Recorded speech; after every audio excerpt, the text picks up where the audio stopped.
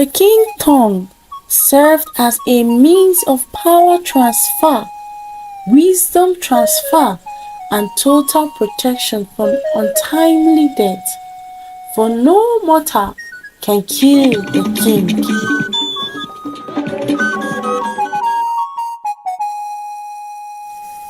Once upon a time, in the heart of the Nigerian Yoruba kingdom, nestled within the dense forest, lay the throne of the ancient king.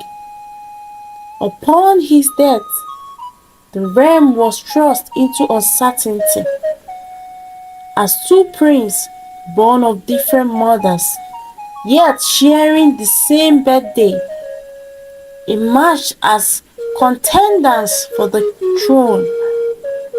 According to tradition, only one could ascend to the prestigious position of the king. The first prince, named Adeboye, adorned with the kindness of his mother's spirit, embodied compassion and wisdom. His counterpart, Prince Akinsola, however, was shrouded in the dark of his diabolic mother's influence, wielding power through deceit and manipulation. As the kingdom mourned the passing of their beloved ruler and king, tension soared between the two heirs. The malevolent prince, Akinsola, fueled by ambition and guided by his mother's sinister counsel, plotted numerous schemes to eliminate his virtuous brother. Yet, fate intervened, thwarting every treacherous attempt. 7 days after the king's dismiss, it was time for another reign of a new king. Tradition decreed that the two princes must embark on a perilous journey into the enchanted forest to retrieve the king's tongue, a symbolic token of power transfer. The chosen heir would consume the tongue, for that is the only means of power transfer, marking the culmination of their ascent to the throne. The king's tongue served as a means of power transfer, wisdom transfer, and total protection from untimely death, for no mortal can kill the king. And this king tongue can only be gotten in the ancestral forest of Ogun. The forest was a no mortal zone, for it was filled with the spirits of the dead and ruled by immortals. For any mortal who dare to, or as much as mistakenly, steps a toe on the forest grass dies immediately. And only during the time of a new era that the royal male blood are fortified to go into the forest in search of the king's tongue. The process is carried out using the drum of Ogun, for only the sound can appease the spirits to spare the mortals. This drum was played by the oldest virgin man for 2 days, and the ultimate rule of the search for the king's tongue is that from the time when the drum starts beating, the prince's first foot must be on the forest of Ogun, and at when the drum stops, the prince's last foot must be in the land of the mortal. The journey was just for 2 days, and a day in the land of the mortals was said to be 1 hour in the land of the spirits. With the beat of the sacred drum echoing through the kingdom, both princes set forth on their quest, chanting ancient incantation They tied palm fruit leaves on their necks, a solemn vow never to let them touch the ground, an oath of determination and resilience. As they ventured deeper into the mystical woods, they encountered malevolent spirits and demonic entities, each test designed to challenge their resolve. Prince Adeboye faced a barrage of trial, his path fraught with perilous obstacles, yet he pressed on, his spirit unwavering in the face of adversity. While the malevolent Prince Akinsola, armed with a charm bestowed by his wicked mother, sought to ensnare his brother, Prince Adeboye. The charm was meant to put him in a deep sleep in the forest, so he will sleep in the forest and eventually die when the drum sound stops. He was instructed by his wicked mother to touch his brother's head 3 times and do some incantation.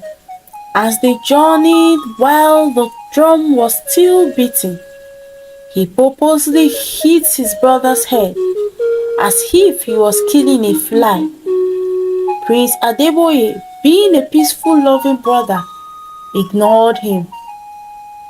After a while, he did it again. Then Prince Adeboye then asked him, "Akin, why are you hitting my head like that?" Furious, Akinsola replied, "Oh, I've done something bad because I'm helping you kill flies on your dirty head." Feeling remorseful, Ade replied, "I'm sorry if I sounded harsh. Thank you, but please, brother, let's concentrate on our journey." Akinsola then said angrily, "I know you are very desperate to be the king. It's obviously written over you. But please, don't harm me out of desperation. I only wanted to kill flies on my brother's head. I don't know why I'm making a mountain out of nothing." Adeboye then said, "King, you know I don't care about the throne. I love my hunting business. I would choose it over the burden of being a king." Akinsola, who was out to make trouble, then mockingly laughed. "See who is not interested in the throne," he said, pointing fingers at him. "You are so serious, yet you claim not to be interested in the throne. Why not go back? Nobody even forced you to be here in the first place. It's not too late to retreat. Adeboye, go back." Adeboye, knowing his mischievous ways of making trouble, decided to ignore Akinsola and continued his journey, as they had only few hours to search for the king's stone. As they continued walking, Akinsola, on a beat to finish carrying out the instruction given by his wicked mother about the charm, hit his brother's head again. This time, he staggered as though he was falling, and as his brother rushed to help him, he hit his head for the 3rd time and then whispered incantation. "Oh, shilling, shilling, shilling, oh, shilling, shilling, shilling." He cast a spell to induce a deep slumber, intending to claim victory through deceit. Prince Adeboye, after some seconds, started to feel dizzy. and soon he fell down, calling out to his brother for help. But Prince Akinsola, knowing what he has done, tried to remove the palm fruit on Ade's neck, but he couldn't. He ignored him and continued his journey. Unbeknownst to him, the power of charm don't last long in the Ogun forest of the spirit. Though Prince Adeboye stumbled into temporary trance, his resilience prevailed, stirred by the distant beat of the sacred drum. He awoke from his enchanted sleep, the palm fruit leaf still tied on his neck. He continues his journey alone.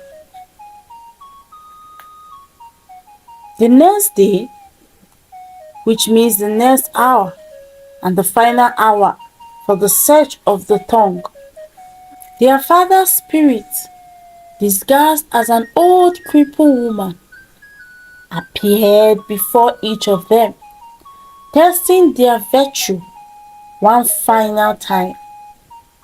He pretended to be an old crippled woman in need of help to walk back to her house. He first tested the malevolent Prince Akinsola.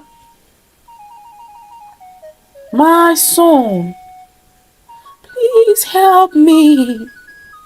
I fell down a few minutes ago and broke my hip bone. Please take me to my house." Prince Akinsola gave the old woman a dirty look and said, "Old witch, what are you doing in the land of the spirits? I'm sure you were flying when you fell. Continue flying and leave me alone, you witch."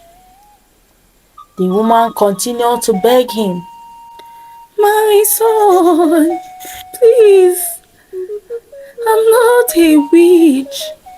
My house is nearby. Please help me." Prince Akin looked at her disgustedly and said, "Who lives in the forest of Ogun if not a witch? I'm not your son, and please don't call me your son, please." He attempted to leave, but the old woman grabbed his leg and started pleading. Disgusted and blinded by his ambition, Prince Akinsola spurned the old woman's plea for assistance, kicked her off, failing the test of compassion. In stark contrast, the old crippled woman appeared to Prince Adeboye, pleading for help. "My son, help me. I fell down and broke my hip bone. My house is not far from here. Please help me walk to the house." Prince Ade replied humbly to the old woman, "Mama, what are you doing in this dangerous forest? How did you get here? How did you even survive living in the land of the spirits?" Prince Ade asked so many questions, looking so curious.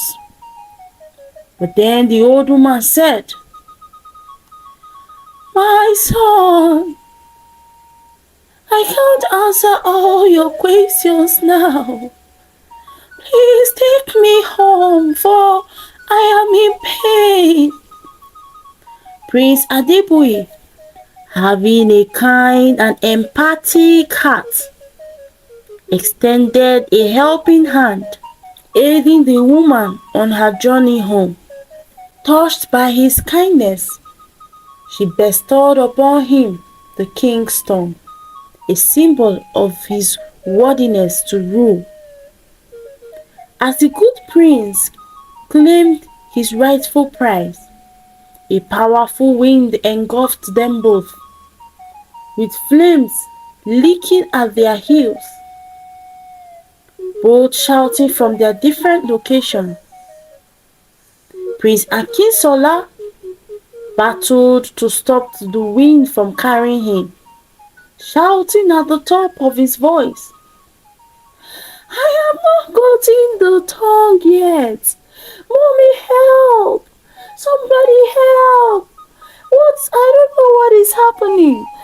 He bruised himself due to the struggle. Through the tempest, the sound of the drum persisted, guiding them back to the mortal realm.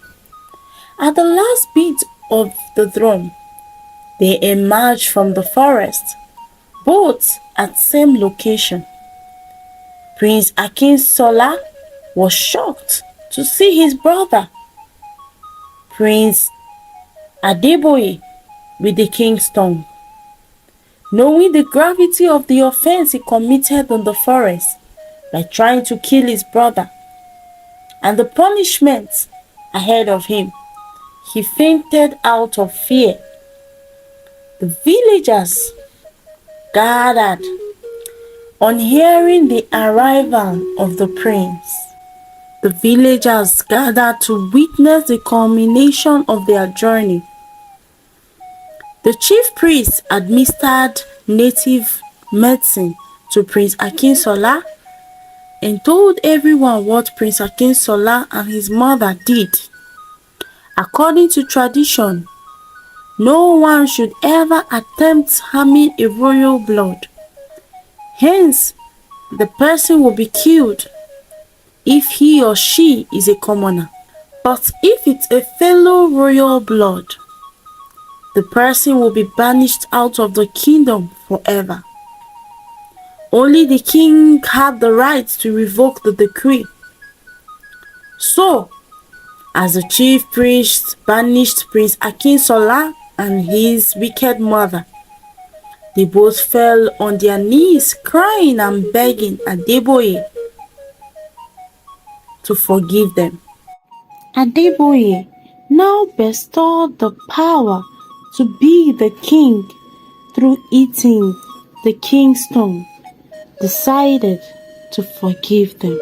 They both swore to live a good life, and Prince Adeboye, being a compassionate person, forgave them and revoked the decree.